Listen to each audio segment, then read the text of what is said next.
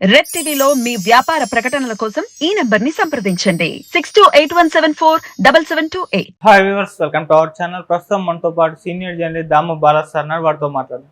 నమస్కారం సార్. నమస్తే సార్, రానున్న ఎలక్షన్స్ దృష్టిలో ఉంచుకొని ఎలక్షన్ కమిషన్ మరి ఎన్నికల షెడ్యూల్ ని రిలీజ్ చేసిందంట కదా, మరి షెడ్యూల్ ఎలా ఉంది? అలాగే ఏపీలో కూడా ఎలక్షన్స్ రాబోతున్నాయి కాబట్టి అక్కడ షెడ్యూల్ ఎలా ఉంది? 18వ లోక్సభ ఎన్నికలు జరగబోతున్నాయి. దాంతోపాటు 4 రాష్ట్రాలు ఆంధ్రప్రదేశ్, హిమాచల్ ప్రదేశ్, ఒరిస్సా, సిక్కిం ఈ 4 రాష్ట్రాల్లో జరుగుతున్నాయి. దాంతో పాటు 26 చోట్ల ఉప ఎన్నికలు జరుగుతాయి. సో ఈ 3 విషయాలకు సంబంధించి కూడా ఈరోజు chief election commission Rajiv Kumar మాట్లాడారు. సో ఆయన అనేక విషయాల్ని చెప్పారు. సో ఇది వచ్చి మొత్తం 543 లోక్సభ స్థానాలకు జరుగుతున్నాయి ఎన్నికలు.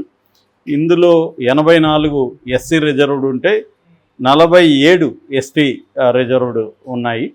అది కాకుండా మొత్తంగా 96,96,28,00,000 ఓట్లు ఉన్నాయి నమోదైనవి. ఇందులో ఎంత వేస్తారనేది పక్కన పెడితే మొత్తంగా 96 లక్షల కోట్లు ఉన్నాయి. దీంట్లో 49,70,00,000 మంది మగవాళ్ళ అయితే ఈ ఓటర్లలో 47,10,10,00,000 మంది స్త్రీలు ఉన్నారు. అంటే మగవాళ్ళు ఎక్కువ ఉన్నారు. బట్ 12 రాష్ట్రాల్లో మాత్రం మగవాళ్ళ కంటే మహిళా ఓటర్ల సంఖ్య ఎక్కువ ఉంది. సో ఇందులో వాలంటీర్లు కానీ కాంట్రాక్ట్ ఉద్యోగులను కానీ ఏ రకంగానూ ఎన్నికల విధుల్లోకి తీసుకోవట్లేదని చెప్పారు. మొత్తంగా 1,50,00,000 మంది ఉద్యోగస్తులు ఈ ఎన్నికల విధుల్లోకి వెళ్తున్నారు. దాదాపు 2,100 మంది అబ్జర్వర్స్ ఉండబోతున్నారు ఎలక్షన్కి సంబంధించి. తర్వాత ఇప్పటి వరకు ఈ మధ్య జరిగిన ఎన్నికల్లో 3,400 కోట్ల డబ్బుల్ని సీజ్ చేశామని చెప్తున్నారు. ఇప్పుడు కూడా పెద్ద ఎత్తున చేసే అవకాశాలు ఉందంటున్నారు. 55 లక్షల ఈవీఎంలు దీంట్లో ఉపయోగిస్తున్నారు, 55 లక్షలు మొత్తం. సో ఇక దీంట్లో ట్రాన్స్జెండర్స్ కూడా ఆయన చెప్పారు. దాదాపు 48,000 ట్రాన్స్జెండర్స్ ఉన్నారని. తర్వాత 1,80,00,000 మంది ఫస్ట్ టైం ఓటర్స్ ఉన్నారు. మొత్తంగా యూత్ కానీ చూస్తే అంటే 20 ఏళ్ల నుంచి 29 వరకు ఉండే ఆ ఏజ్ గ్రూప్లో 19,74,00,000 మంది యూత్ ఓటర్స్, యువ ఓటర్స్ ఉన్నారు అని ఆయన చెప్పారు. సో ఇంకొన్ని విషయాలు ఆయన చెప్పింది అంటే మీడియా మీద చాలా తీవ్రమైన నిఘా పెడుతున్నాం. ఫేక్ పోస్టులు కావచ్చు, సోషల్ మీడియాలో కావచ్చు, మెయిన్ స్ట్రీమ్ మీడియాలో కావచ్చు, ఇటువంటి ఇది లేకుండా చూసుకుంటున్నాం అనేది కూడా ఆయన చెప్పాడు.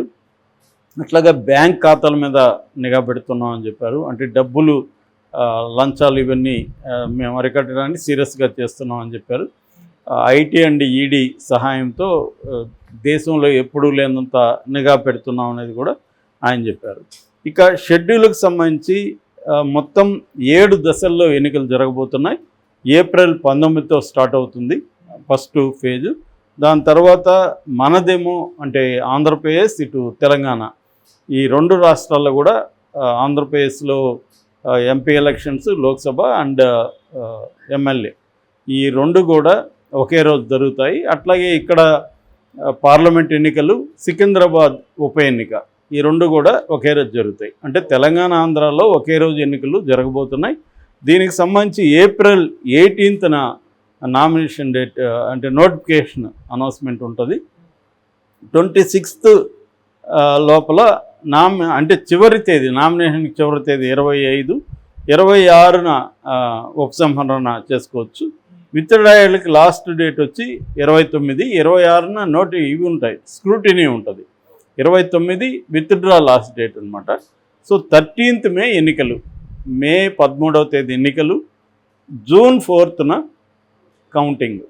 మనకి జూన్ 6th వరకు అక్కడ అసెంబ్లీ ఉంటుంది మామూలుగా, ఆ లోపల ఫైనలైజ్ చేయాలన్నమాట. సో ఇది బేసిక్గా ఆయన చెప్పింది. సో ఈసారి కాశ్మీర్లో కూడా ఎన్నికలు జరుపుతామని ఆయన చెప్పారు. సో ఓవరాల్గా తీసుకున్నప్పుడు ఈ మొత్తంగా ఈ 543 లోక్సభ స్థానాలకి నోటిఫికేషన్ అంటే షెడ్యూల్ వచ్చేసింది. సో మనకు సంబంధించిన మాత్రం ఏప్రిల్ 13 18 నోటిఫికేషను, 13 మే ఏమో ఎన్నికలు. సో ఇది షెడ్యూల్ వచ్చేసింది కాబట్టి ఈ రోజు నుంచి కోడ్ అమలు అవుతుంది. అన్ని రాష్ట్రాల్లో కూడా ఎలక్షన్ కోడ్ అనేది అమలు అవుతుంది. ఇప్పటి నుంచి నిఘా, అన్ని వ్యవస్థల మీద నిఘా ఉంటుంది. అంటే విచ్చలవిడిగా యాడ్లు ఇచ్చేయడం అవన్నీ అలో చేయరు, ఫాలో కావాల్సి ఉంటుంది. సో ప్రమోషనల్ సినిమాలు కానీ ఏదన్నా దానికి సంబంధించి కానీ అధికారుల్ని ప్రమోట్ చేయడం కానీ ఇవన్నీ కూడా ఇంకా కుదరదు. ఆల్మోస్ట్ ఇంకా ఎలక్షన్ కమిషనర్ కిందనే వ్యవస్థలన్నీ కూడా పనిచేస్తాయి. అందుకని హడావిడిగా ఇప్పటి లోపలనే అందరూ అన్ని పనులు చేసేసారు. కానీ డబ్బులు ఫ్లో అయితే ఆగలేదు, అది అవుతూ ఉంది. సో ఈ కాంటెక్స్ట్లో మనం చూసినప్పుడు ఎలక్షన్ కమిషన్లో కూడా మొత్తం 3 సభ్యుల్ని నియమించేసింది సెంట్రల్ గవర్నమెంట్. మొన్న మనం ఒకరు రిజైన్ చేశారు, అంతకుముందు రిటైర్డ్ అయ్యారు. సో ఆ ఇద్దరిని కూడా నియమించింది. దానివల్ల ఆలస్యమైంది. యాక్చువల్గా ఇంకా 3 రోజుల ముందే షెడ్యూల్ రావాల్సింది, దీనివల్ల ఆలస్యమైనట్టుగా మనకి అర్థమవుతుంది. సో ఈ కాంటెక్స్ట్లో ఎలక్షన్ కమిషన్ దాని ఏమంటారు, ఆయనే చెప్పాడు, లెవెల్ ప్లేయింగ్ గ్రౌండ్ని మేము ప్రొవైడ్ చేస్తాం అందరికీ. అంటే అందరూ కూడా రాజకీయ పక్షాలన్నీ కూడా ఈక్వల్ ఆపర్చునిటీ ఇస్తాము అనేది కూడా ఆయన చెప్పారు. అది ఇంపార్టెంట్. అది చేస్తుందా లేకపోతే ఏంటంటే ఇప్పుడు ఎలక్షన్ కమిషన్లో సభ్యుల్ని మోడీ ప్రభుత్వం నియమించడం అనేది మోడీ దాంట్లో ఒక కమిటీ ఉంది. ఆ కమిటీలో మోడీ అధ్యక్షత వహిస్తాడు, ఒక క్యాబినెట్ మెంబర్ ఉంటాడు, తర్వాత ఏమో ప్రతిపక్ష నాయకుడు ఉంటాడు. ప్రతిపక్ష నాయకుడికి ఏమో దాదాపు కొన్ని 100 పేర్లు ఇచ్చి ముందు రోజు ఇచ్చి మరుసటి రోజు ఫైనలైజ్ చేయమన్నారు. ఆయన ఎట్లా చేస్తాడు, స్క్రూటినీ చేయాలి కదా, వారు ఎవరు, వాళ్ళ బ్యాక్గ్రౌండ్ ఏంటి, టైం లేదు ఆయన. తర్వాత రంజన్ గారు, అదే ఆయన వాపోయాడు. రెండోది, ఒకవేళ ఆయన ఇచ్చిన మెజారిటీ ఎవరిది ఉంటుంది ఇక్కడ, మోడీ అండ్ మినిస్టరు, వాళ్ళిద్దరే డిసైడ్ అవుతారు. ఏదేమైనా మోడీ అనుకున్న పర్సనే అక్కడ ఎలక్షన్ కమిషన్ చీఫ్ ఎలక్షన్ కమిషనర్గా ఉంటాడు.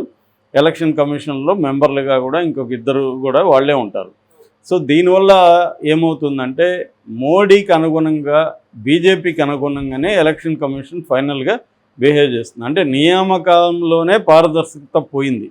ఎందుకంటే అంతకుముందు చీఫ్ జస్టిస్ ఆఫ్ ఇండియా కూడా దాంట్లో ఉండేవాడు.